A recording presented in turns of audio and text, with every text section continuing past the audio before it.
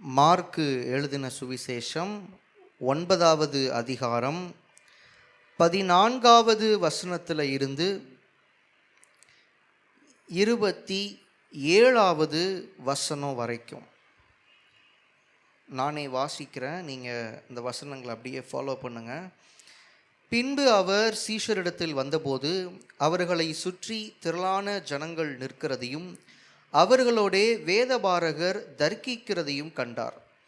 ஜனங்கள் எல்லாரும் அவரை கண்டவுடனே மிகவும் ஆச்சரியப்பட்டு ஓடி வந்து அவருக்கு வந்தனம் செய்தார்கள். அவர் வேதபாரகரை நோக்கி, நீங்கள் இவர்களோடே என்னத்தை குறித்து தர்க்கம் பண்ணுகிறீர்கள் என்று கேட்டார்.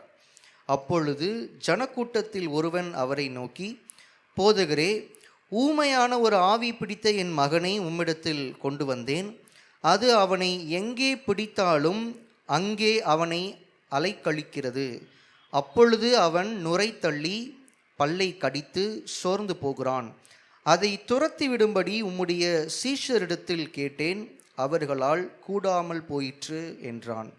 அவர் பிரதியுத்தரமாக, விசுவாசம் இல்லாத சந்ததியே, எதுவரைக்கும் நான் உங்களோடு இருப்பேன்?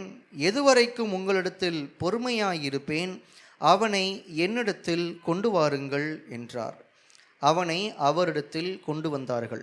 அவரை கண்டவுடனே அந்த ஆவி அவனை அலைக்கழித்தது. அவன் தரையிலே விழுந்து நுரை தள்ளி புரண்டான். அவர் அவனுடைய தகப்பனை நோக்கி, இது இவனுக்கு உண்டாகி எவ்வளவு காலமாயிற்று என்று கேட்டார். அதற்கு அவன், சிறு வயது முதற்கொண்டே உண்டாயிருக்கிறது. இவனை கொல்லும்படிக்கு அது அநேகந்தரம் தீயிலும் தண்ணீரிலும் தள்ளிற்று. நீர் ஏதாயிலும் செய்யக்கூடுமானால் எங்கள் மேல் மனதிறங்கி எங்களுக்கு உதவி செய்ய வேண்டும் என்றான். இயேசு அவனை நோக்கி, நீ விசுவாசிக்க கூடுமானால் ஆகும், விசுவாசிக்கிறவனுக்கு எல்லாம் கூடும் என்றார். உடனே பிள்ளையின் தகப்பன், விசுவாசிக்கிறேன் ஆண்டவரே, என் அவிசுவாசம் நீங்கும்படி உதவி செய்யும் என்று கண்ணீரோடே சத்தமிட்டு சொன்னான். அப்பொழுது ஜனங்கள் கூட்டமாய் ஓடி வருகிறதை இயேசு கண்டு அந்த அசுத்த ஆவியை நோக்கி, ஊமையும் செவிடுமான ஆவியே, இவனை விட்டு புறப்பட்டு போ, இனி இவனுக்குள் போகாதே என்று நான் உனக்கு கட்டளையிடுகிறேன் என்று அதை அதட்டினார். அப்பொழுது அது சத்தமிட்டு அவனை மிகவும் அலைக்கழித்து புறப்பட்டு போயிற்று. அவன் செத்து போனான் என்று அநேகர் சொல்லத்தக்கதாக செத்தவன் போல் கிடந்தான். இயேசு அவன் கையை பிடித்து அவனை தூக்கினார். உடனே அவன் எழுந்திருந்தான். ஹல்லேலூயா. இந்த வேத பகுதியிலிருந்து இன்னைக்கு சில காரியங்களை அல்ல, ஒரே ஒரு காரியத்தை நம்ம இன்னைக்கு தியானிக்க போகிறோம். இந்த தியானத்திற்கு ஒரு தலைப்பு வைக்கலாம் அப்படின்னு நான் யோசிக்கும் போது என் மைண்டில் வந்த ஒரு தலைப்பு என்ன அப்படின்னா, வாட் இஸ் மை ப்ராப்ளம்? என்னுடைய பிரச்சனை என்ன? பொதுவாக நம்ம மற்றவங்க கிட்ட கேட்போம், வாட் இஸ் யுவர் ப்ராப்ளம் அப்படின்னு. இப்போ உங்களுக்கு என்ன பிரச்சனை அப்படின்னு கேட்போம் மற்றவங்க கிட்ட. நம்ம கிட்ட மற்றவங்க கூட கேட்டிருப்பாங்க, உங்களுக்கு என்ன பிரச்சனை அப்படின்னு. ஆனால் நமக்கு என்ன பிரச்சனைன்னு நம்ம என்னைக்காவது கேட்டிருக்கோமா? What is my problem? பெரும்பாலும் நம்ம யாருமே இந்த கேள்வியை யாரிடத்துலையும் கேட்டிருக்க மாட்டோம், எனக்கு என்ன பிரச்சனை அப்படின்னு. ஏன் அப்படின்னா, நமக்கு என்ன பிரச்சனைன்னு நமக்கே தெரியாமல் இருக்காது. நமக்கு என்ன பிரச்சனைன்னு நமக்கு தெரியும். அதனால நம்ம மற்றவங்க கிட்ட போய் எனக்கு என்ன பிரச்சனைன்னு கேட்க மாட்டோம். அப்படியேனாலும் என்ன கேட்போம்? எனக்கு இது பிரச்சனை, இந்த பிரச்சனைக்கு என்ன தீர்வுன்னு கேட்போம். நம்ம கிட்ட இருக்கிற பிரச்சனை நமக்கு தெரியும்னு நம்ம நம்புறதுனால நம்ம கிட்ட இருக்கிற பிரச்சனைக்கு தீர்வு என்னன்னு வெளியே தேடுவோம். ஆண்டவரிடத்திலேயே போய் நம்ம ஜெபிக்கும் போதுமே கூட, ஆண்டவரே, இது எனக்கு பிரச்சனையாக இருக்குது, இந்த பிரச்சனைக்கு என்ன தீர்வு ஆண்டவரே அப்படின்னு கேட்டிருப்போம். பெரும்பாலான நேரம் நம்மளே தீர்வு சொல்லி கேட்போம், ஆண்டவரே இந்த ப்ராப்ளம் இருக்குது, இந்த ப்ராப்ளம்க்கு நீங்கள் இதை மட்டும் பண்ணிட்டீங்கன்னா இந்த ப்ராப்ளம் சரியாயிரும்னு நம்ம ஒரு சொல்யூஷனோடையே ஆண்டவர்கிட்ட போவோம். ஆனால் நம்மள ஒரு சிலர், ஆண்டவரே இதுக்கு என்ன சொல்யூஷன்னே தெரியல, இதுக்கு நான் என்ன பண்ணணும்னே தெரில, இந்த பிரச்சனையை எப்படி தீர்க்கிறது அப்படின்னு தீர்வுக்காக ஆண்டவரிடத்தில் போவோம். இன்றைக்கி இந்த வேத பகுதியிலிருந்து நாம் கற்றுக்கொள்ள போகிற ஒரு காரியம் என்னென்னா, ஆண்டவரே என்கிட்ட இருக்கிற பிரச்சனைக்கு தீர்வு என்ன அப்படின்னு ஜெபிக்கிறதுக்கு பதிலாக, ஆண்டவரே என்கிட்ட இருக்கிற பிரச்சனை என்னன்னு ஜெபிக்க போகிறோம். ஒரு ஆமீன் சொல்லுவோமா? இயேசு கிறிஸ்து அவரோடு கூட நெருக்கமாக இருந்த 3 சீஷர்களை அவரோடு கூட கூட்டிக் கொண்டு ஒரு மலையின் மேலே ஏறி அவர் ஜெபிக்கும்படி போகிறாரு. அந்த இடத்துல மறுரூபமாகிறாரு. அந்த ஒரு சம்பவத்தில் மோசேயும் எலியாவும் இயேசுவோடு கூட பேசுகிறாங்க. இதை சீஷர்கள் பார்க்குறாங்க, ரொம்ப பிரமித்து போய் பார்க்குறாங்க. அதற்கப்புறமா வானத்திலிருந்து ஆண்டவருடைய வார்த்தை வருது, இவரே என்னுடைய நேசகுமாரன், இவருக்கு செவி கொடுங்கள் அப்படின்னு. இந்த சம்பவம் அவங்க எல்லாருக்கும் தெரியும். டிரான்ஸ்ஃபிகரேஷன் அப்படின்னு சொல்லுவாங்க, மறுரூபமலை, மறுரூபமாகிறது. இந்த சம்பவத்திற்கு பிற்பாடு இயேசுவும் அவரோடு கூட இருந்த 3 சீஷர்களும் அவங்க மலையிலிருந்து இறங்கி வராங்க. அவங்க இறங்கி வரும்போது ஒரு பெரிய ஒரு சண்டை நடந்துட்டுருக்கு. சண்டை அப்படின்னா கைகலப்பு இல்லை, தர்க்கம், ஆர்கியூமெண்ட். பயங்கரமாக 2 தரப்பு நின்று வாக்குவாதம் பண்ணிகிட்ருக்கிறாங்க.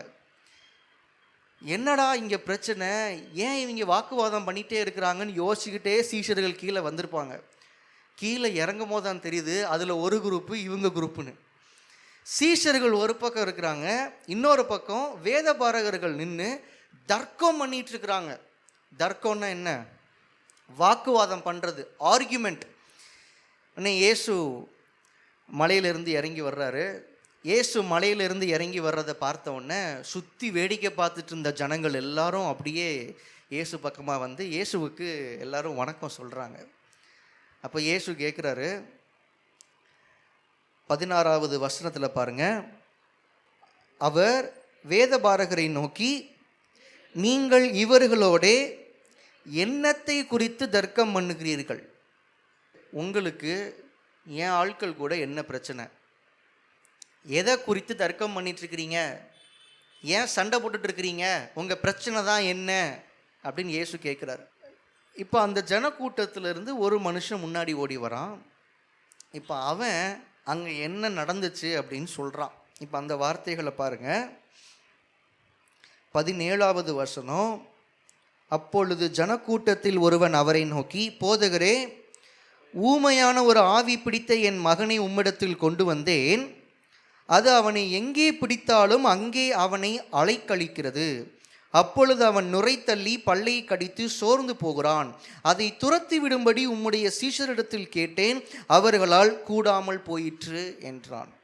இப்போ இயேசு தர்க்கம் பண்ணிட்டு இருக்கிற அவர்களை பார்த்து கேட்குறாரு, இங்கே என்ன பிரச்சனை, வாட் இஸ் யுவர் ப்ராப்ளம் அப்படின்னு கேட்குறாரு.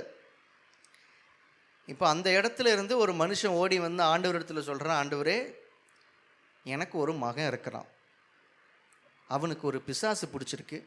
அந்த பிசாசு அவனை பயங்கரமாக தொந்தரவு பண்ணுது, அவனை பயங்கரமாக போட்டு அலக்களிக்குது. அவன் வாழ்க்கையும் நிம்மதியாக இல்லை, அவனால் எங்கள் வாழ்க்கையும் நிம்மதியாக இல்லை. அதனால் உங்கள் கிட்ட கூட்டிகிட்டு வந்தேன், ஆனால் வந்த இடத்துல நீங்கள் இல்லை. சரி, உங்கள் சீஷர்கள் இருந்தாங்க, உங்கள் சீஷர்களிடத்தில் கொண்டு போய் இவனை சுகமாக்குங்கன்னு கேட்டேன். சீஷர்களும் முயற்சி பண்ணாங்க, ஆனால் சீஷர்களால் என் மகனை சுகமாக்க முடியலை. இன்றைக்கி நம்ம தியானிக்க போகிறதே இந்த தகப்பனை பற்றி தான்.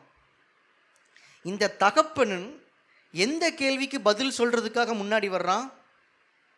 இங்கே என்ன பிரச்சனைன்னு ஆண்டவர் கேட்ட கேள்விக்கு பதில் சொல்கிறதுக்காக முன்னாடி வர்றான். அவன் இப்போ எதை பிரச்சனைன்னு சொல்கிறான்? நல்லா கவனிச்சு பாருங்க. அவன் பிள்ளையுடைய வியாதி தான் அவனுக்கு பிரச்சனைன்னா அவன் என்ன சொல்லியிருக்கணும்? என் மகன் பிசாசுனால கொடிய அவஸ்தைப்படுறான் ஆண்டவரே, எப்படியாவது அவனுக்கு சுகம் கொடுங்க ஆண்டவரேன்னு கேட்டு அங்கேயே ஒரு ஃபுல் ஸ்டாப் வச்சுருக்கணும். ஆனால் அவன் மேற்கொண்டு என்ன சொல்கிறாருன்னா, நான் அவனை சுகமாக்குறதுக்கு உங்கள் சீஷர்கள் கிட்ட கேட்டேன், உங்கள் சீஷர்களால் அவனை சுகமாக்க முடியலை. இப்போ ஆண்டவர் கேட்குறாரு, உன் பிரச்சனை தான் என்ன? உன் மகன் பிசாசினால அலக்களிக்கப்படுறது உனக்கு பிரச்சனையா, இல்லை அவனை என்னுடைய சீஷர்களால் சுகமாக்க முடியலைங்கிறது உன் பிரச்சனையா? இதுதான் இயேசுவுடைய மைண்ட் வாய்ஸ். இதை உங்களுக்கு எளிமையாக புரிய வைக்கிறதுக்காக நான் ஒரு உதாரணம் சொல்கிறேன். ஒரு குடும்பத்தில் அப்பா அம்மா சின்ன பிள்ளைங்க இருக்கிறாங்க. அந்த பிள்ளைகள் வெளியே விளையாடிட்டு இருக்கும்போது மொட்டை மாடியிலிருந்து அதில் ஒரு பையன் தவறி கீழே விழுந்துட்டான். கீழே விழுந்தவனுக்கு அடிபட்டு தலையிலிருந்து ரத்தம் வந்துட்டுருக்கு. இப்போது வேக வேகமாக அந்த தகப்பன் அவனை தூக்கிட்டு ஹாஸ்பிட்டல் போகணுன்னு வர்றாரு. வெளியே வந்து பைக் எடுத்துகிட்டு அதில் கீ போட்டு ஸ்டார்ட் பண்ணுறாரு. பைக்கு ஸ்டார்ட் ஆகலை. என்னடா பிரச்சனை, நேற்று தானே நம்ம பெட்ரோல் டேங்க்லாம் ஃபில் பண்ணோம், ஏன் ஸ்டார்ட் ஆக மாட்டேங்கின்னு சோக்கு போடுறாரு. அந்த ப்ளக்கு கரெக்டாக இருக்கான்னு பார்க்குறாரு. வண்டியை சாட்சிலாம் அடித்து பார்க்குறாரு, வண்டி ஸ்டார்ட் ஆகலை. இப்போ அந்த வழியாக இன்னொருத்தர் வராரு. இவரை பார்த்து, ஏன் இவ்வளோ பதட்டமாக இருக்கிறீங்க, என்ன பிரச்சனைன்னு கேட்குறாரு. இப்போ அந்த தகப்பன் என்ன சொல்லணும்? என் பையன் விளையாடிட்டு இருக்கும் போது மாடியிலேருந்து கீழே விழுந்துட்டான், அவனுக்கு அடிபட்டுருச்சு அப்படின்னு சொல்லணும். ஏன்னா அதுதான் ப்ராப்ளம். என்ன பிரச்சனைன்னு கேட்குறவர்கிட்ட வண்டி ஸ்டார்ட் ஆக மாட்டேங்கி என்னன்னு தெரியல, நான் ரொம்ப நேரமாக கிக் பண்ணிகிட்டே இருக்கிறேன், பெட்ரோலும் நேற்று தான் போட்டேன், ஒரு வாரத்துக்கு முன்னாடி தான் வண்டியை சர்வீஸ் பண்ண, என்னன்னே தெரில அப்படின்னு சொன்னாருன்னா கேட்குறவருக்கு எப்படி இருக்கும்? வண்டி ஸ்டார்ட் ஆகாதது இப்போ முக்கிய பிரச்சனை இல்லை, பையன் கீழே விழுந்துட்டான், அவனுக்கு அடிபட்டு ரத்தம் போயிட்டு இருக்கு, அதுதான் மெயின் பிரச்சனை. ஆனால் இப்போ இந்த தகப்பன் ஆண்டவரிடத்தில் பேசும்போது இவன் ஃபைனல் டச்சா இவன் எதை பிரச்சனைன்னு கொண்டு வந்து முன்னிறுத்துறான்? சீஷர்களால் என் பையனை சுகமாக்க முடியல. ஆண்டவர் என்ன சொன்னார் தெரியுமா? அடுத்த வார்த்தையை பாருங்க, 19வது வசனம். அவர் பிரதியுத்தரமாக, விசுவாசம் இல்லாத சந்ததியே, எதுவரைக்கும் நான் உங்களோடு இருப்பேன், எதுவரைக்கும் உங்களிடத்தில் பொறுமையாய் இருப்பேன், அவனை என்னிடத்தில்.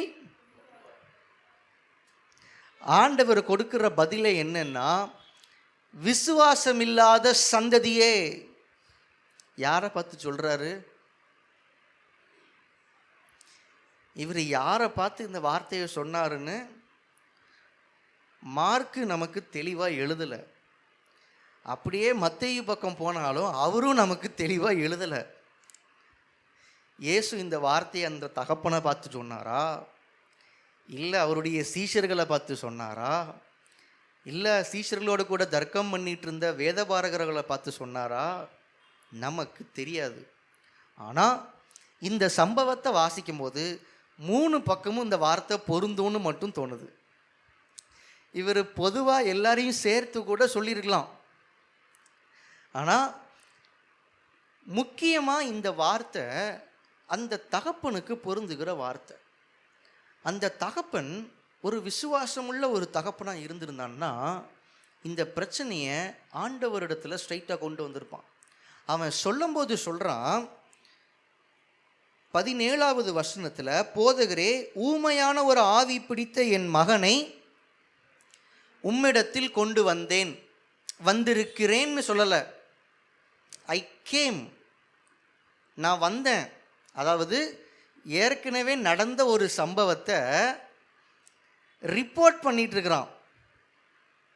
என்ன நடந்துச்சு அப்படின்னு ரிப்போர்ட் பண்ணுறான். ரிப்போர்ட் பண்ணும்போது சொல்கிறான், நான் வந்தேன், வந்த இடத்துல நீங்கள் இல்லை, அதனால உங்கள் சீஷர்கள் இடத்துல நான் போய் கேட்டேன், சீஷர்களால் என் பிரச்சனையை தீர்க்க முடியல. என் மகனை சுகமாக்க முடியல. இப்போ ஆண்டவர் சொல்கிறாரு, விசுவாசம் இல்லாத சந்ததியே, அவனை என்னிடத்தில் கொண்டு வாருங்கள். இயேசு சரியான பிரச்சனையை அடையாளம் காண்கிறார். இயேசுவுக்கு அவருடைய சீஷர்களால் அந்த பிசாசு பிடிச்சவனை சுகமாக்க முடியலைங்கிறது ஒரு பிரச்சனையாக தெரியல. இயேசு என்ன சொல்கிறாருன்னா, அவனை என்கிட்ட கொண்டு வாங்க. நான் யோசிக்கிறேன், அவனை என்கிட்ட கொண்டு வாங்கன்னு இயேசு சொல்கிற வரைக்கும் இவன் என்ன பண்ணிகிட்டு இருக்கான்? ஏண்டா உனக்கு என்ன பிரச்சனை? உன் பையனுக்கு பிசாசு பிடிச்சிருக்கு, அதான பிரச்சனை. அந்த பிரச்சனைக்காக தானே இயேசுக்கிட்ட வந்த. நீ வந்தப்போ இயேசு இல்லை, ஓகே, இயேசு வர்றதுக்காக காத்திருந்துருக்கலாம். அதுக்குள்ளே இவ்வளவு சம்பவம் நடந்து போச்சு, பரவாயில்லை. இப்போ இயேசு வந்துட்டாரு. இப்போ இயேசு வந்ததுக்கப்புறமா உன் மகனை கூட்டிட்டு நீ இயேசுக்கிட்ட வந்திருக்கணும். ஆனால் இப்போ நீ எந்த பிரச்சனையோட வார? சீஷர்களால் என் மகனை சுகமாக்க முடியல. நிறைய நேரத்தில் நம்முடைய ஜெபங்கள் இப்படி தான் இருக்குது. நம்ம கிட்ட என்ன பிரச்சனைன்னு நமக்கே சரியாக தெரியாததுனால தவறான ஜெபங்களை நம்ம செய்துட்ருக்குறோம். ஆண்டவரிடத்தில் 1 மணி நேரமாக பேசுகிறோம், சரியாக பேசுகிறோமா? 2 மணி நேரம் ஜெபிக்கிறோம், சரியாக ஜெபிக்கிறோமா? எந்த காரியத்திற்காக ஜெபிக்கிறோம்? இயேசுவினிடத்தில் வரும்போது இவனுக்கு என்ன தேவை, இவனுக்கு என்ன பிரச்சனை, அதை இவனால் ஐடென்டிஃபை பண்ண முடியல. இயேசுவா வாண்டடாக சொல்கிறாரு, அவனை என்கிட்ட கொண்டு வாங்க. இயேசு வந்த பிற்பாடு அந்த பிள்ளைய இயேசு கிட்ட கொண்டு வராதது அவன் தப்பு. இயேசுவிடத்தில் வரணும்னு வந்தவன் வழியில் சீஷர்கள் கிட்ட போய் உதவியை எதிர்பார்த்தது அவனுடைய அடுத்த தவறு. இப்போ இயேசு அதை சரி பண்ணுறார். அவனை என்கிட்ட கொண்டு வா, அவனை என்கிட்ட கொண்டு வா. ஆண்டவர் இதை சொல்லும் போது தான் அந்த தகப்பனுக்கே உரைச்சிருக்கும். ஓ, நம்ம பிள்ளைய நம்ம இயேசுக்கிட்டே கொண்டு வரலையே, நம்ம சீஷர்கள் கிட்ட கொண்டு போயிருக்கிறோம், சீஷர்களால் என் மகனை சுகமாக்க முடியலன்னு இப்போ இயேசுக்கிட்ட வந்து நிற்கிறோம். எப்படி இருக்கு? அவருக்கு ஒரு பிரச்சனை, அவருடைய பிள்ளைக்கு பிசாசு பிடிச்சிருக்கு. அந்த பிரச்சனையை கொண்டு போய் சீஷர்கள் கிட்ட கொடுக்குறாரு. சீஷர்களால் அந்த பிரச்சனையை தீர்க்க முடியலைன்னு இப்போ எங்கே வராரு? பிள்ளைங்கிற பிரச்சனையை கொண்டு வரல, சீஷர்களை நம்பி போன ஏமாந்துட்டேங்கிற அந்த பிரச்சனையை கொண்டு இயேசுக்கிட்ட வராரு. ராங் ப்ரேயர், தவறான ஜபங்கள். நிறைய நேரம் நம்முடைய லைஃப்பை யோசிக்கும் போது நம்ம இப்படி மற்றவர்களுடைய குறைகளை முக்கியத்துவப்படுத்துகிற ஜபங்களை தான் பண்ணிகிட்ருக்குறோம்.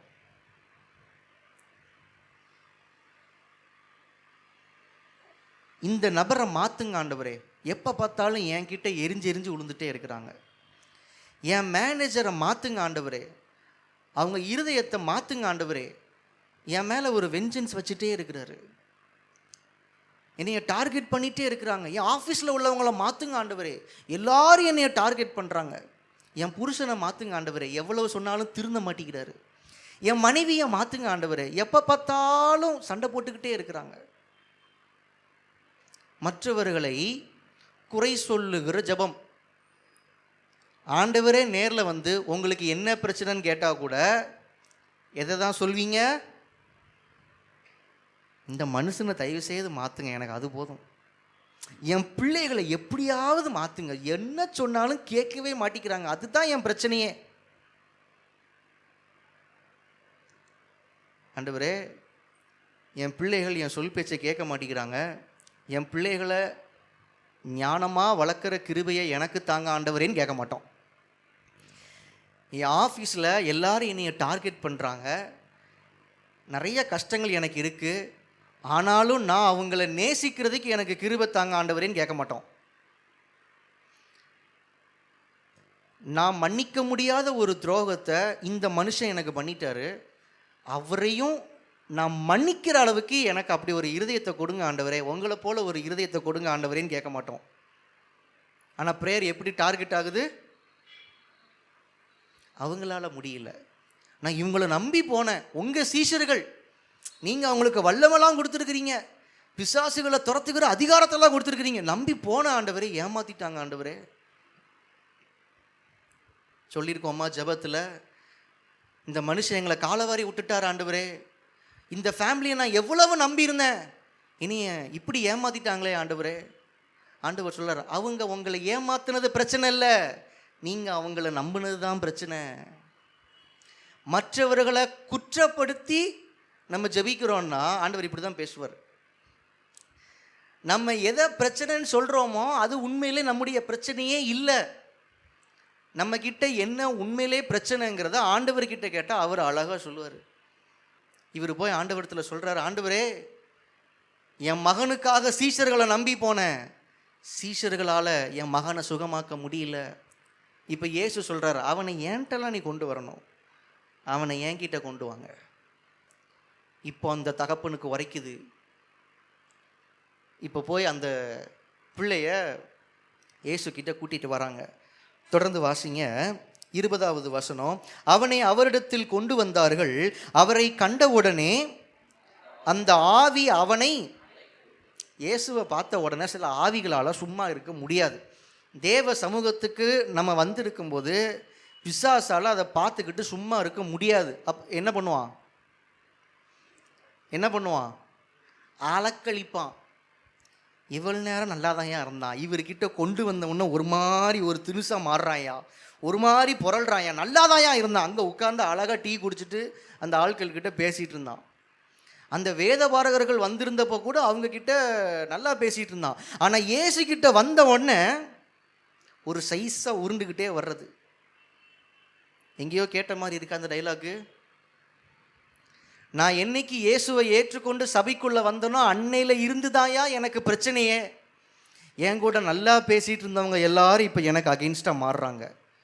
நான் ரட்சிக்கப்படுறதுக்கு முன்னாடி வரைக்கும் எனக்கு இந்த பிரச்சனையே இல்லை. நான் சர்ச்சுக்கு வாரத்துக்கு ஒரு தடவை பேரளவில் வந்துட்டு போயிட்டு இருந்தேன். லைஃப் ஸ்மூத்தாக இருந்த மாதிரி தான் இருந்துச்சு. ஆனால் உண்மையாக என் வாழ்க்கையை அர்ப்பணித்து ஆண்டவருக்குள்ளே வளரணும், வசனத்தில் வளரணும், ஊழியத்தில் வளரணும்னு என்னை அர்ப்பணித்தேன் பாருங்க. அதுக்கப்புறம் இருந்து தான் ஏகப்பட்ட ப்ரெஷர். அது வரைக்கும் என்னை நல்லா வச்சுருந்த மேனேஜர் அதுக்கப்புறம் என்னை டார்கெட் பண்ணுறாரு. என்னுடைய ஆஃபீஸில் எனக்கு அகெயின்ஸ்டாக பாலிடிக்ஸ். எல்லாத்துக்கும் காரணம் என்ன? சர்ச்சில் ரொம்ப ஆக்டிவ் ஆகிட்டோம். இனிமேல் அங்கேருந்து ஒரு பிரேக் எடுத்துருவோம், ஊழியத்துலேருந்து ஒரு பிரேக் எடுத்துருவோம், இப்போ கொஞ்சம் லைஃப் ஸ்மூத் ஆகும்னு நினைக்கிறேன். ஆண்டவர்கிட்ட வந்துட்டிங்கன்னா சில பிசாசு துள்ள தான் செய்யும். செவிட்டிலே 2 போட்டால் அதை அடக்கிறதுக்கு பதிலாக நம்ம அடங்கி போயிடுறோம். நம்ம அப்படியே ஆண்டவரை விட்டு விலகி போயிடுறோம். இந்த எல்லையை தாண்டினாதான் அந்த பிசாசு ஒரு மாதிரி பண்ணுது. இந்த எல்லைக்கு ஒரு ஸ்டெப்பு பின்னாடி வந்தால் கூட என் பையன் நல்லா இருக்கான். அந்த இடத்துல அந்த வசனத்தை பாருங்க. அவரை கண்ட உடனே, இயேசுவை பார்த்த உடனே அந்த ஆவி அவனை அலக்களிக்குது. அப்போ கொஞ்சம் தள்ளி அவனை படுக்க வச்சுருந்தாங்களா உட்கார வச்சுருந்தாங்களான்னு தெரியல. அப்போ அது வரைக்கும் நார்மலாக இருந்திருக்கு அந்த ஆவி. இப்போ இயேசு என்ன சொல்கிறாரு? 21வது வசனம். அவர் அவனுடைய தகப்பனை நோக்கி, இது இவனுக்கு உண்டாகி எவ்வளவு காலமாயிற்று என்று கேட்டார். நல்லா கவனிங்க, இயேசு எங்கே தான் ஃபோக்கஸ்டாக இருக்கிறாரு? அந்த பையனுடைய சுகத்தில் ஃபோக்கஸ்டாக இருக்கிறாரு. இதெல்லாம் பார்க்கும்போது அந்த தகப்பனுக்கு ஒரு உணர்வு வருது. முதல்ல அவன் இயேசு கிட்ட வந்து என்ன பேசினா?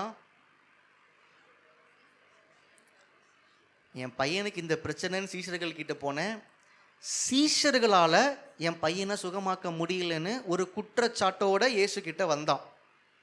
உங்கள் சீஷர்களுக்கு அப்படி ஒன்றும் பவர் இல்லை, உங்களை மாதிரி அப்படி ஒன்றும் திறமை இல்லை, அவங்களுக்கு ஒழுங்காக நீங்கள் ட்ரைனிங் கொடுக்கலையாங்கிற மாதிரியே வந்தான்.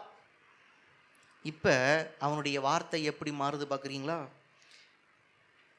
21வது வசனத்தின் கடைசி பகுதி, அதற்கு அவன், சிறு வயது முதற்கொண்டே உண்டாயிருக்கிறது, இவனை கொல்லும்படிக்கு அது அநேகந்தரம் தீயிலும் தண்ணீரிலும் தள்ளிற்று, நீர் ஏதாயிலும் செய்யக்கூடுமானால் எங்கள் மேல் மனதிறங்கி எங்களுக்கு உதவி செய்ய வேண்டும் என்றான். ஃபர்ஸ்ட் அவன் அப்ரோச் எப்படி இருந்துச்சு? சீஷர்களை குற்றப்படுத்தி வந்தான்.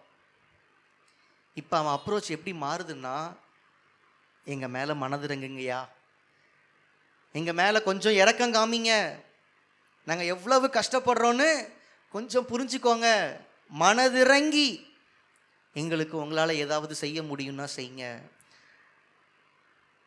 அந்த இடத்துல இருந்து இந்த சம்பவத்தை நான் தியானிக்கும் போது நான் ஒரு காரியம் இதில் இருந்து புரிஞ்சிக்கிறேன். சீஷர்களை விட, வேத பாரகர்களை விட தன்னுடைய பிள்ளையின் மேலே இயேசு ரொம்ப அக்கறையாக இருக்கிறது இந்த தகப்பன் பார்த்தான். இவருடைய மகன் இவ்வளவு கஷ்டப்படுறானேன்னு அங்கே இருக்கிற யாருமே ரொம்ப பரிதாபப்பட்ட மாதிரி இந்த தகப்பன் பார்க்கல. அங்கே நடந்த சண்டையே என்னன்னா, அந்த தர்க்கத்தின் காரணமே என்னன்னா, இந்த பிசாசு பிடித்தவனை சீஷர்களால் சுகமாக்க முடியல. அதை குற்றப்படுத்தி வேதபாரகர்கள் பேசியிருக்கணும், அதை எதிர்த்து சீஷர்கள் பேசியிருக்கணும். இவங்க 2 பேரும் சண்டை போடுறதுக்கான காரணமே இவங்களால் பிசாசை துரத்த முடியலை. ஆனால் பிசாசு பிடிச்சிருக்கிற இவன் கஷ்டப்படுறானேன்னு இவன் பக்கம் இருந்து பரிதாபப்பட்டு மனதிறங்கி யோசிக்கிறதுக்கு அங்கே யாருமே இல்லை. ஆனால் யார் யோசிக்கிறா? இயேசு யோசிக்கிறாரு. நம்மளை சுற்றி இருக்கிற ஜனங்கள் எல்லாரும் சரியான பிரச்சனையை தான் அடையாளம் கண்டு கொள்வாங்கன்னு நினைக்கக்கூடாது. நம்ம கிட்ட என்ன பிரச்சனைங்கிறத நாம் நினைக்கும் போதும் தப்பாக இருக்க வாய்ப்பு இருக்குது, நம்மளை சுற்றி இருக்கிற மனுஷங்க சொல்லும் போதும் தப்பாக இருக்க வாய்ப்பு இருக்குது. உண்மையான பிரச்சனையை இரக்கத்தோடு ஐடென்டிஃபை பண்ணுறதுக்கு ஒருத்தர் தான் இருக்கிறாரு. அவர் பேர் இயேசு கிறிஸ்து. அவர் அவனை பற்றியே திரும்ப திரும்ப கேட்குறாரு.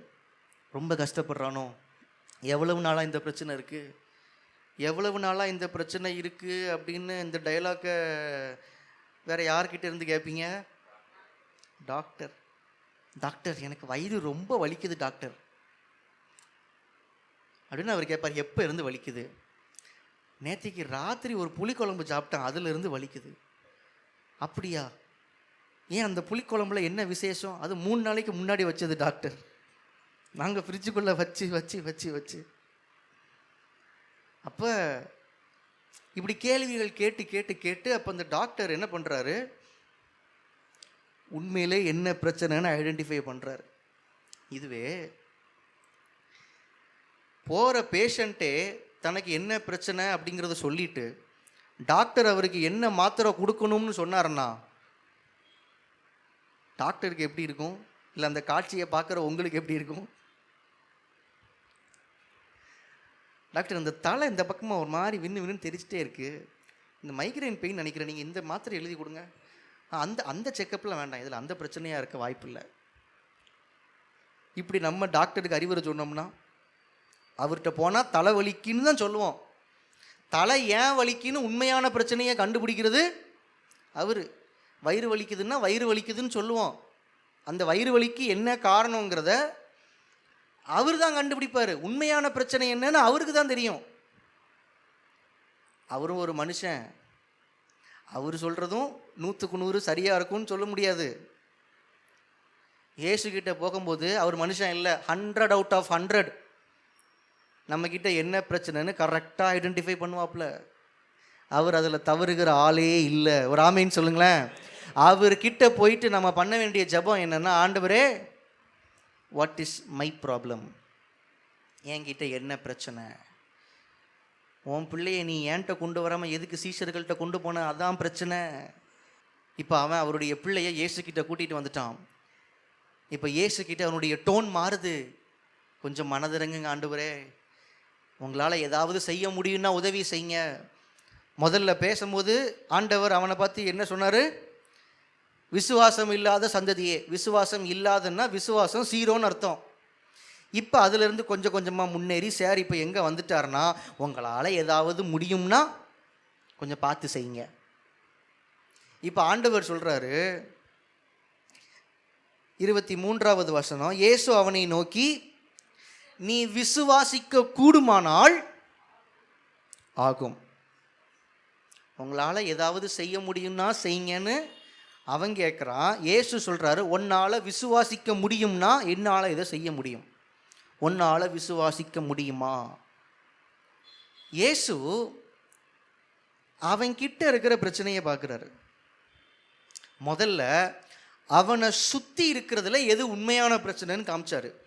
இப்போ அவனுக்கு உள்ள இருக்கிற உண்மையான பிரச்சனையை காமிக்கிறாரு. இப்போ இவன் மைண்டு சீஷர்களால் குணப்படுத்த முடியலைங்கிற பிரச்சனையிலேருந்து இப்போ எங்கே வந்துருச்சு? தம் பிள்ளைக்கு சுகம் கிடைக்கணுங்கிற லெவலுக்கு வந்துருச்சு. இப்போ நெக்ஸ்ட் ஸ்டெப் ஆண்டவர் போகிறாரு, உன் இருதயத்தை பார்க்குறேன், அதில் நான் பெருசாக விசுவாசத்தை பார்க்கல, உன்னால் விசுவாசிக்க முடியும்னா இந்த பிரச்சனை சால்வ் ஆகும். டாக்டர் கிட்ட போகும்போது வயிறு வலிக்குன்னு நம்ம சொல்கிறோம்னா, இந்த வயிறு வலிக்கு என்ன காரணமோ அதை அவங்க கண்டுபிடிச்சி அதுக்கு தேவையான மருந்தை கொடுக்குறாங்க. இந்த வயிறு வலிக்கு காரணமான ஒரு பிரச்சனை, நம்ம சாப்பிட்ட சாப்பாடு சரியாக ஜீரணமாகலன்னு வச்சுக்கோங்களேன், அவங்க என்ன மருந்து கொடுப்பாங்க? அந்த சாப்பாடு ஜீரணிக்கிறதுக்கான மருந்தை கொடுப்பாங்க. வயிறு வலிக்கான மருந்து கொடுக்க மாட்டாங்க. அந்த வயிறு வலி போகணும்னா அந்த வயிறு வலியை ஏற்படுத்துகிற காரணம் போகணும். அதுதான் உண்மையான பிரச்சனை. இவனுடைய பிள்ளைக்கு சுகம் கிடைக்கணும்னா அது எங்கே லிங்க் ஆயிருக்கு? இவன் இருதயத்தின் விசுவாசத்தோட லிங்க் ஆயிருக்கு. இவன் இருதயத்தில் விசுவாசம் இருக்கா? போதுமான அளவு இல்லை. இப்போ அவன்கிட்ட இருக்கிற உண்மையான பிரச்சனையை இயேசு அவனுக்கு சொல்கிறாரு. நீ நினச்சிட்டு இருக்கிற, நீ நல்லா இருக்கிற, உன் குடும்பம் நல்லா இருக்குது, பிரச்சனையே உன் பிள்ளை தான் நினச்சிட்டு இருக்கிற. ஆனால் உன்னுடைய பிள்ளையினுடைய சுகத்தை தடுத்துட்டு இருக்கிறது உன்கிட்ட இருக்கிற விசுவாச குறைவு. The problem is you. பிரச்சனையே நீ தான். நான் இந்த வசனத்தை வாசிக்கும் போது நான் யோசிச்சு பார்த்தேன், இப்படி தானே இவன் விசுவாசம் இல்லாமல் சீஷர்கள்கிட்டையும் போய் நின்றுப்பான். விசுவாசம் இல்லாமல் தேவனுடைய மகிமையை அனுபவிக்க முடியாதே. ஆனால் இவன் முதல்ல பேசும்போது எங்கே தான் பிரச்சனை இருக்கிறதா பார்த்தான்? சீஷர்கள் கிட்ட தான் பிரச்சனை இருக்கிறதா பார்த்தான். ஆனால் இப்போ இயேசுவோடு கூட நெருங்கும் போது உண்மையிலே எங்கே பிரச்சனை இருக்குன்னு இயேசு அவனுக்கு ஐடென்டிஃபை பண்ணி காமிக்கிறாரு. ப்ராப்ளம் அவங்க இல்லை, ப்ராப்ளம் உன் பிள்ளை இல்லை, ப்ராப்ளம் நீ தான். உன் இருதயத்தில் இருக்கிற விசுவாச குறைவு. உன்னால் விசுவாசிக்க முடியும்னா இதை என்னால் செய்ய முடியும். அடுத்த வசனத்தை பாருங்க, 24வது வசனம். உடனே பிள்ளையின் தகப்பன், விசுவாசிக்கிறேன் ஆண்டவரே, என் அவிசுவாசம் நீங்கும்படி உதவி செய்யும் என்று கண்ணீரோடே சத்தமிட்டு சொன்னான். முதல்ல என்ன கேட்டான்? சீஷர்களால் என் பையனை சுகமாக்க முடியல. இப்போ அடுத்த லெவலுக்கு அப்கிரேட் ஆகி வந்து, உங்களால் ஏதாவது முடியும்னா எங்கள் மேலே மனதிறங்கி எங்களுக்கு ஏதாவது செய்யுங்க அப்படின்னு அவன் பிள்ளையினுடைய பிரச்சனையை முக்கியமாக முன்னிறுத்தி ஜெபிச்சான். இப்போ அடுத்த ஸ்டெப் இப்போ எங்கே வந்துட்டான் தெரியுமா? பிரச்சனை என்கிட்ட தான் இருக்குது, நீங்கள் சொல்கிற வரைக்கும் எனக்கு தெரியல ஆண்டவரே. இப்போ நான் யோசித்து பார்க்க, என்கிட்ட தான் விசுவாசம் இல்லை, பிரச்சனை என்கிட்ட தான் இருக்குது. எனக்குள்ளே இருக்கிற இந்த பிரச்சனை சரியாயிருச்சுன்னா எனக்கு வெளியே இருக்கிற இந்த பிரச்சனையும் சரியாயிரும்னு இது வரைக்கும் எனக்கு தெரியல ஆண்டவரே. என்கிட்ட இருக்கிற உண்மையான பிரச்சனையை நீங்கள் தான் எனக்கு காமிச்சிருக்கிறீங்க. நான் அதுக்கு என்னை ஒப்பு கொடுக்குறேன், நான் விசுவாசிக்கிறேன், என்னுடைய அவிசுவாசம் நீங்கும்படி எனக்கு உதவி செய்யும் அப்படின்னு எப்படி கூப்பிட்டானா? கண்ணீரோடே உரத்த சத்தத்தோடு. அப்படின்னா அவன் வெக்கப்படலை. என்கிட்ட தான் ப்ராப்ளம்னு எவ்வளவு போல்டாக டிக்ளேர் பண்ணுற ஆண்டவருக்கு முன்பாக அவனை தாழ்த்துகிறான். சீஷர்கள் சரியில்லைன்னு குறை சொல்லிட்டு வந்தவன் இப்போ நான் சரியில்லைன்னு சீஷர்களுடைய குறைய சொன்னதை விட இப்போ இவன் இன்னும் சத்தமாக சொல்கிறான். அவனுடைய மனதின் ஆழத்திலிருந்து அந்த வார்த்தை வருதுங்கிறத அவனுடைய கண்ணீர் நமக்கு வெளிப்படுத்துது. The problem is with me. என்கிட்ட தான் பிரச்சனை, என்கிட்ட தான் பிரச்சனை. ஆண்டவர் இப்படிப்பட்ட ஜபங்களை நம்மிடத்தில் எதிர்பார்க்கிறார். என் பிள்ளைக்கு பிரச்சனை, என் மனைவிக்கு பிரச்சனை, என் கணவனுக்கு பிரச்சனை, என் பக்கத்து வீட்டுக்காரங்களுக்கு பிரச்சனை, என் கூட வேலை பார்க்குறவங்களுக்கு பிரச்சனை, இப்படிலாம் ஜபிக்கிறது ரொம்ப எளிது, வெரி ஈஸி. மற்றவங்களுக்காக ஜபிக்கிறது ரொம்ப ஈஸிங்க. தேசத்திற்காக ஜபிக்கிறது ரொம்ப ஈஸி. தமிழ்நாட்டுக்காக ஜபிக்கிறது ரொம்ப ஈஸி. இஸ்ரேலுக்காக, ஈரானுக்காக, அமெரிக்காக்காக ஜபிக்கிறது ரொம்ப ஈஸி. 2 மணி நேரம் இல்லை, 20 மணி நேரம் கூட ஜபிக்கலாம். ஆனால் 2 நிமிஷம் நமக்காக ஜபிக்கிறது தான் கஷ்டம். நான் மாறணும் ஆண்டவரே, நான் அன்பில் வளரணும் ஆண்டவரே, நான் அவங்கள மன்னிக்கணும் ஆண்டவரே, நான் சகிப்புத்தன்மையில் வளரணும் ஆண்டவரே. இப்படிலாம் ஜபிக்கிறது ரொம்ப கஷ்டம். பக்கத்து வீட்டுக்காரங்க ரசிக்கப்படணும்னு ஜபிக்கிறது பெரிய மேட்ரு இல்லை. பக்கத்து வீட்டுக்காரங்க கிட்ட இருக்கிற எல்லா குறையும் தைரியமாக ப்ரேயரில் அடிச்சு விடுவோம். சரியில்லை ஆண்டவரே, தண்ணி பிடிக்கும் போது எப்போ பார்த்தாலும் என் குடத்தை தள்ளி விட்டுக்கிட்டே இருக்காங்க. தண்ணி வர்ற நேரம் எங்கள் லைனில் வர்றதுக்கு முன்னாடி அவங்க மோட்ரு போட்டு உறிஞ்சிடுறாங்க ஆண்டவரே, எங்களுக்கு தண்ணி வர மாட்டேங்கி. அவங்க மனசை மாற்றுங்க. சுயநலமாக இருக்கிறாங்க, மற்றவங்க மேலே ஒரு அன்பே இல்லை. ஈஸியாக ஜபிக்கிறோம். தேசத்தின் தலைவர்களுக்காக அவங்கள ரட்சிங்க ஆண்டவரே, இவங்கள ரட்சிங்க ஆண்டவரே, இவங்க மனசு மாறணும், அவங்க மனசு மாறணும். நான் மனசு மாறணும்னு ஜபிக்க மாட்டேன். அவர்களை மாற்றும், இவர்களை மாற்றும், அவங்க உங்கள் சித்தம் செய்யணும், இவங்க உங்களுக்கு பிடிச்ச மாதிரி இருக்கணும், ஆனால் நான் எனக்கு பிடிச்ச மாதிரி இருக்கணும். ஹிப்போக்ரசி, மாய்மாலம் பண்ணுகிற ஜபங்கள், நம்மை மாற்றாத ஜபங்கள் நம்முடைய ஆவிக்குரிய முதிர்ச்சி இல்லாத தன்மையை காமிக்குது. நம்ம கிட்ட இருக்கிற பிரச்சனைக்காக ஜபிக்கிறத விட்டுட்டு மற்றவங்களுக்காக ஜபிக்கிறது, மற்றவங்க பிரச்சனைக்காக ஜபிக்கிறது. ஆண்டவரே, எங்கள் தேசத்தை ஆளுகிறவர்கள் ஞானமாக ஆளணும் ஆண்டவரே ஜபிக்கிறோம். ஆண்டவரே, நான் குடும்பத்தை நடத்தும் போது நான் ஞானமாக நடத்தணும் ஆண்டவரே. நான் என் வீட்டுக்காக முடிவு எடுக்கும் போது நான் ஞானமாக முடிவெடுக்கணும் ஆண்டவரே ஜபிக்கிறோமா? மனைவி ஞானமாக இருக்கணும்னு ஜபிப்போம். மனைவியாக இருந்தீங்கன்னா புருஷன் ஞானமாக இருக்கணும்னு ஜபிப்போம். நான் ஞானமாக இருக்கணும் ஆண்டவரே அப்படின்னு ஜபிக்க மாட்டோம். உங்களுக்காக யாராவது ஜபிக்கும் போது கூட ஆண்டவரே அவர்களுக்கு நல்ல ஞானத்தை கொடுங்கன்னு ஜபிச்சுட்டா அப்போ எனக்கு ஞானம் இல்லைன்னு அவர் குத்தி காமிக்கிறாருன்னு அப்படின்னு யோசிக்கிறோம். புரியுதா உங்களுக்கு? It is always easy to pray for others. It's very tough to pray for ourselves. நம்முடைய தேவைகளுக்காக ஜபிப்பது ரொம்ப ரொம்ப ரொம்ப கடினம்.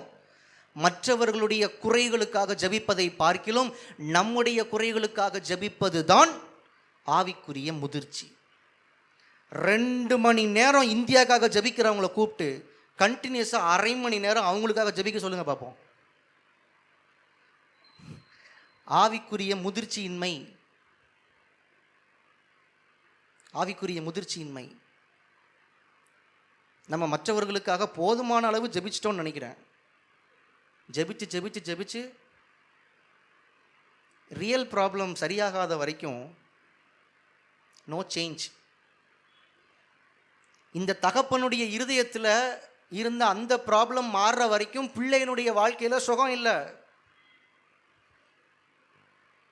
ப்ராப்ளமே நான் தாங்கிறத எப்போ அவன் புரிஞ்சுக்கிட்டானோ அப்போ பிள்ளைக்கு ஆட்டோமேட்டிக்காக அடுத்த ஸ்டெப்பில் சுகம் கிடைக்குது. லூக்கா 10வது அதிகாரத்தில் 38வது வசனத்திலிருந்து 42வது வசனம் வரைக்கும் ஒரு சம்பவம் வாசிக்கிறோம். மார்த்தாள் மரியாள் அவங்க வீட்டுக்கு இயேசு போயிருக்கிறாரு. மார்த்தாள் தான் இயேசுவை அவர்களுடைய வீட்டிற்குள்ளாக வரவேற்கிறாங்க. இயேசு உள்ளே வந்து உட்கார்ந்து பிரசங்கம் பண்ணிட்டு இருக்கிறாரு. கூட சீஷர்கள் இருக்கிறாங்க. அந்த ஏரியாவில் உள்ள ஜனங்கள்லாம் வந்து உட்காந்து இயேசுவினுடைய வார்த்தைகளை கேட்டுட்டு இருந்திருப்பாங்க. ஆனால் இயேசுவை அழைத்த மார்த்தாள் என்ன பண்ணாங்க? வீட்டில் இருந்த பற்பல வேலைகளை குறித்து நினைத்து கவலைப்பட்டு வருத்தப்பட்டு அதில் ரொம்ப பிஸியாக இருந்தாங்க. She was distracted. இப்போ அவங்க கிட்ட போய் உங்கள் பிரச்சனை என்னன்னு இயேசு கேட்டிருந்தா என்ன சொல்லியிருப்பாங்க? நிறைய வேலை இருக்கு ஆண்டவரே, கூட ஒரு கை இருந்தால் நல்லா இருக்கும். கொஞ்ச நேரம் சமாளித்து பார்க்குறாங்க, முடியல. அவங்க தங்கச்சி கொஞ்சம் ஹெல்ப் பண்ணால் கூட இந்த பாரம் கொஞ்சம் கம்மியாகும். ஆனால் அந்த அம்மா என்ன பண்ணிகிட்டு இருக்கு? இயேசுவின் பாதத்தருகே அமர்ந்திருந்து இயேசுவினுடைய வார்த்தைகளை கேட்டுட்ருக்குறாங்க. இயேசுவினிடத்தில் வர்றதுக்கு முன்னாடி கண்டிப்பாக அவங்க வாய் விட்டு பேசியே புலம்பியிருப்பாங்கன்னு நான் நம்புகிறேன். வேலை பார்த்துட்டே இருக்கும்போது பாத்திரத்தெல்லாம் எடுத்து வைக்கும் போது சமையல் பண்ணாங்களா, பாத்திரம் கழுவுனாங்களா தெரியாது. இவன் இருக்க ஒரு கொஞ்சமாவது வந்து ஹெல்ப் பண்ணுறாங்களா, இந்த நேரத்துலையும் டென்ஷன். புலம்பி ஒரு லெவலுக்கு மேலே பர்ஸ்ட் அவுட் ஆகுறாங்க. இயேசுக்கிட்டே வந்து, ஆண்டவரே, இயேசுக்கிட்ட பேசினாலே ப்ரேயர் தானே, ஒரு ப்ரேயர் ரெக்வெஸ்ட். ஆண்டவரே, என்னுடைய பிரச்சனைக்காக உங்கள் சமூகத்தில் வருகிறேனப்பா. என்னுடைய பிரச்சனை இவ்வளவு வேலைகள் இருக்கிறது, நானோ தனியாக இருக்கிறேன். எனக்கு ஒரு துணையை உண்டு பண்ணும் ஆண்டவரே. துணைனா புருஷனுக்கு பேரக்கூடாது. கூடவே ஒரு தங்கச்சி இருக்கா, அவளை கொஞ்சம் அனுப்புங்க ஆண்டவரே. என் மேலே கொஞ்சம் கவலைப்படுங்க, என் பிரச்சனையை பாருங்க. இயேசு என்ன சொன்னார் சொல்லுங்க, மனப்பாடமாக சொல்லணும் இந்த வசனத்தை. மார்த்தாளே மார்த்தாளே, நீ அநேக காரியங்களை குறித்து கவலைப்பட்டு கலங்கி கொண்டு இருக்கிறாய். இந்த அம்மா என்ன சொன்னாங்க? என் பிரச்சனையே இவ்வளவு அதிகமான வேலை இருக்கிறது தான், இவ்வளவு வேலையையும் நான் தனியாக செய்யணுங்கிறது தான் என் பிரச்சனையே. என் கூடவே இருக்கிற தங்கச்சி எனக்கு உதவி செய்ய மாட்டேங்கிற, அதான் என் பிரச்சனையே. இதை கொண்டு வந்து இயேசுகிட்ட சொன்னால், இப்போ இயேசு என்ன சொல்கிறாரு? உன் பிரச்சனை பற்பல வேலைகள் கிடையாது, உன் பிரச்சனை அந்த வேலைகளை நீ தனியாக செய்கிறது கிடையாது, உன் பிரச்சனை உன் தங்கச்சி உனக்கு ஹெல்ப் பண்ணாமல் இருக்கிறது கிடையாது. உண்மையான பிரச்சனையே என்னன்னா, நீ தேவையான ஒன்றை விட்டு விட்டு தேவையில்லாத 10 எடுத்து தலையின் மேல் வாரி போட்டுக் கொள்ளுகிறாய். எது ரொம்ப முக்கியமோ அதை விட்டுட்டு மற்ற எல்லாத்தையும் பண்றமா நீ அப்படிங்கிறார் ஆண்டவர். அவங்க ப்ரையாரிட்டியில் ப்ராப்ளம், அவங்க முக்கியத்துவம் கொடுத்த விஷயத்தில் தான் பிரச்சனையே. ஆனால் அவங்க கிட்ட இருக்கிற பிரச்சனை அவங்களுக்கு தெரியல. ஜபிக்க வரும்போதே மற்றவர்கள் மேலே குறைய போட்டு அவங்க மாறணும் ஆண்டவரே, அவங்கள்ட்ட பேசுங்க ஆண்டவரே, அவங்க இருதயத்தில் கிரியை செய்யுங்க ஆண்டவரே. ஏம்மா, நான் உன் இருதயத்தில் கிரியை செய்யக்கூடாதாம்மா? உன் இருதயத்தில் கிரியை செய்யுங்கன்னு கேட்க மாட்டியாம்மா? எப்பயுமே உன் புருஷன் இருதயத்தில் தான் கிரியை செய்யணுமா? எப்பயுமே உன் பிள்ளைகள் இருதயத்தில் தான் கிரியை செய்யணுமா? எப்பயுமே உன் மனைவி இருதயத்தில் தான் கிரியை செய்யணுமா? இதுதான் இயேசுவினுடைய மன வருத்தம். தேவையானது ஒன்றே, தேவையானது ஒன்றுதாம்மா. ஃபஸ்ட்டு ப்ரையாரிட்டி நீ கொடுக்க வேண்டிய விஷயத்தை விட்டுட்டு மற்ற எல்லாத்துக்கும் கொடுத்துட்டு இருக்கிற, அதான் உன் பிரச்சனை. என்கிட்ட உன் பையனை கொண்டு வரதை விட்டுட்டு என் சீஷர்கள் கிட்ட கொண்டு போயிருக்க. இப்போ சீஷர்கள் உன்னை ஏமாத்திட்டாங்கன்னு இப்போ என்கிட்ட அழுதுட்டு இருக்கிற. மற்றவர்களை குற்றப்படுத்துகிற ஜபங்கள், மற்றவர்கள் மாறணும்னு பண்ணுகிற ஜபங்கள், இதெல்லாம் தேவையில்லைன்னு சொல்லலை. நான் மாறணும்னு கேட்டதுக்கு அப்புறமா மற்றவங்க மாறணும்னு கேளுங்க. நான் மாறணும்னு கேட்டதுக்கு அப்புறமா என் சூழ்நிலை மாறணும்னு கேளுங்க.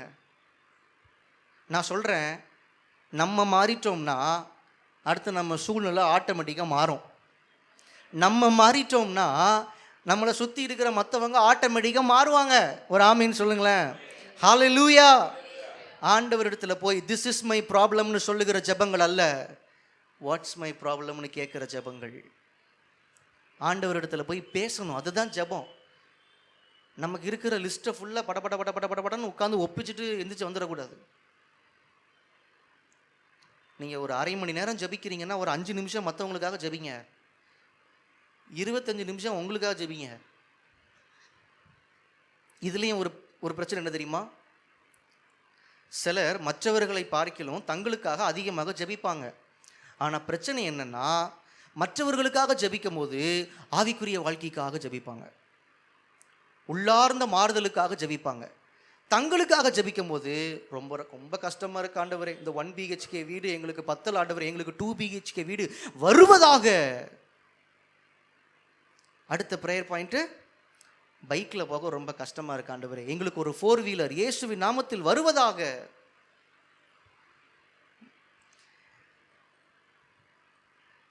ஒரு கவர்மெண்ட் வேலை, பிள்ளைகளுக்கு நல்ல இடத்துல வரன், இதெல்லாம் நமக்காக ஜெபிக்கும் போது, மற்றவங்களுக்காக ஜெபிக்கும் போது, ஆண்டவரே அவங்களுக்கு ஞானம் தேவை ஆண்டவரே, ஆண்டவரே இவங்களுக்கு உங்கள் சித்தத்தை புரிஞ்சிக்க கிருபை தாங்க ஆண்டவரே, ஆண்டவரே அவங்க ரட்சிக்கப்படலை, அவங்க ரட்சிக்கப்படட்டும் ஆண்டவரே, இவங்க இருதயம் சரியில்லை, ரொம்ப மோசமாக யோசிக்கிறாங்க ஆண்டவரே, இவங்களுக்கு நல்ல மனதை கொடுங்க, நல்ல இருதயத்தை கொடுங்க. இது யாருக்கு? மற்றவங்களுக்கு. பக்கத்து வீட்டுக்காரங்களுக்காக ஜெபிக்கும் போது, ஆண்டவரே இந்த பழைய பைக்கை வச்சுட்டு ரொம்ப கஷ்டப்படுறாங்க ஆண்டவரே, அவங்களுக்கு ஒரு புதிய பைக் வாங்க கிருபை தாங்க ஆண்டவரே. அப்படி நம்ம ஜெபிச்சதா சரித்திரத்திலே இருக்காத. ஆனால் அவங்க சண்டை போடும்போது அவங்க மனசை மாற்றுங்க ஆண்டவரேன்னு 1000 தடவை ஜெபிச்சிருப்போம். உங்களுக்காக நீங்கள் ஜெபிங்கன்னு நான் சொல்கிறதுனுடைய அர்த்தம் உலக காரியங்களுக்காக இல்லை, உங்கள் உள்ளார்ந்த மனிதனின் தேவைக்காக, உங்கள் ஸ்பிரிச்சுவல் லைஃபுக்காக. என் பிள்ளை ஜெபிக்கவே மாட்டேங்கிறான், என் பிள்ளை ஜெபிக்கவே மாட்டேங்கிறான் ஆண்டவரே. நான் ஒரு காலத்தில் 1 மணி நேரம் ஜெபித்தேன், இப்போ என்னால் 1/2 மணி நேரம் தான் ஜெபிக்க முடியுது, எனக்கு கிருபை தாங்க ஆண்டவரே. அப்படி கேட்கணும். என் புருஷன் ஜெபிக்கவே மாட்டேங்கிறாரு, என் மனைவி ஜெபிக்கவே மாட்டேங்கிறாங்க, அது இல்லை. மற்றவர்களை குற்றப்படுத்தி குறைவுபடுத்தி காண்பிக்கிற ஜெபங்கள் அல்ல,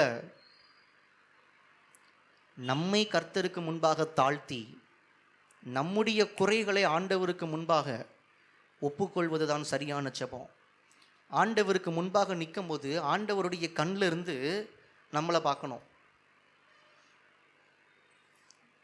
அதுதான் சரியான ஜெபம்.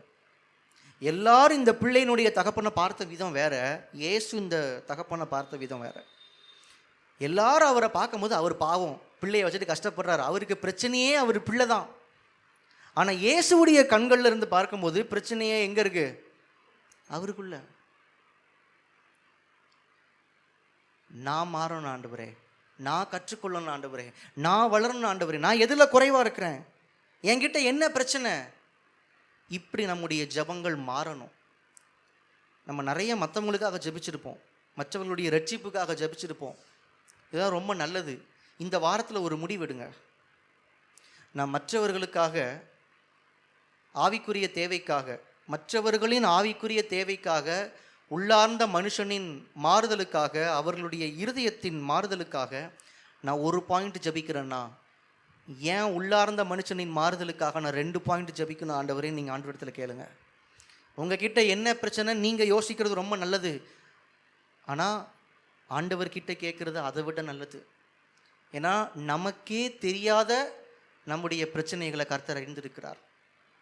நாம் எல்லாத்துலேயும் சரியாக இருக்கிறோம், நமக்கு பிரச்சனையே இவங்க தான் இன்னொரு மனுஷனை கை காமிக்கிறது ஆவிக்குரிய பலவீனத்தை காமிக்குது, முதிர்ச்சியற்ற தன்மை.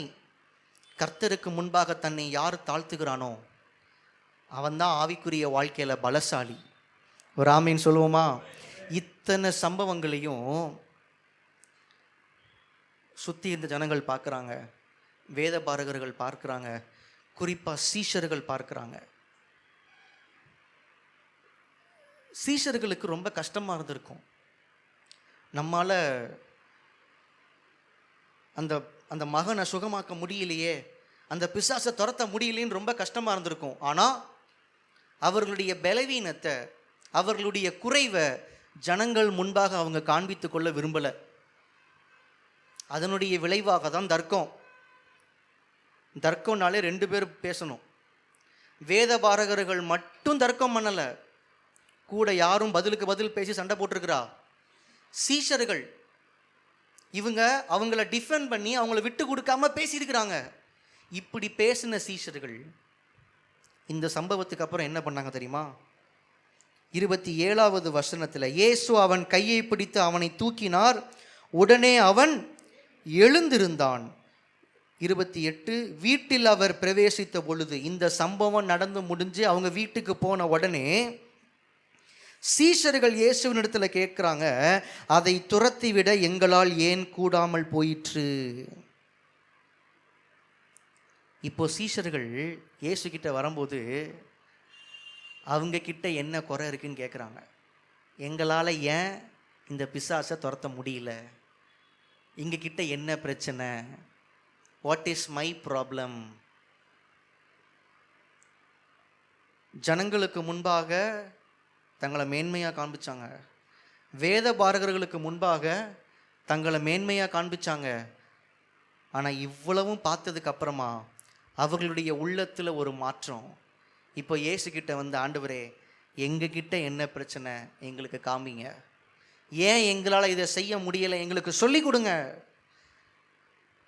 இதைத்தான் கர்த்தர் எதிர்பார்க்கிறார். What is my problem? What is my problem? அந்த தகப்பனுடைய இருதயத்திலையும் அந்த மாற்றத்தை கர்த்தர் கொடுத்தார். சீஷர்களுடைய இருதயத்திலையும் கர்த்தர் அந்த மாற்றத்தை கொடுத்தார். What is my problem? என் பிரச்சனை என்ன? ஏன் எங்களால் அந்த பிசாசை துரத்த முடியலன்னு கேட்கும்போது இயேசு அழகாக அவர்களுக்கு கற்றுக் கொடுக்கிறார். ஜெப குறைவு, உபவாச குறைவு. இந்த வகை பிசாசு ஜெபத்தினாலையும் உபவாசத்தினாலையும் இல்லாமல் வேறு எதுனாலையும் போகாது. இதை கேட்கும்போது சீஷர்களுக்கு புரியும், ஓ நம்ம இந்த 2 விஷயங்களில் குறைவுபட்டிருக்கிறோம். ஆண்டவரோடு கூட இருக்கிற உறவில் குறைவுபட்டிருக்கிறோம். நம்முடைய மாம்சத்தை, நம்முடைய மாம்ச ஆசைகளை, உலக ஆசைகளை கட்டுப்படுத்துகிறதுல குறைவுபட்டிருக்கிறோம். இந்த ஜெபம் இன்னைக்கு நம்முடைய ஜெபமாக மாறணும்னு கர்த்தர் விரும்புகிறார். அவங்க மாறணும் இவங்க மாறணும்னு சொல்லுகிற ஜெபங்கள் எல்லாம் இனிமே குறைச்சிட்டு நான் மாறணும் ஆண்டவரேன்னு கேட்கணும். எதில் மாறணும்னு அவர்கிட்ட கேட்கணும். What is my problem? என்னுடைய பிரச்சனை என்ன? இந்த ஜெபம் ஆண்டவருக்கு மிகவும் பிரியமான ஜெபம்.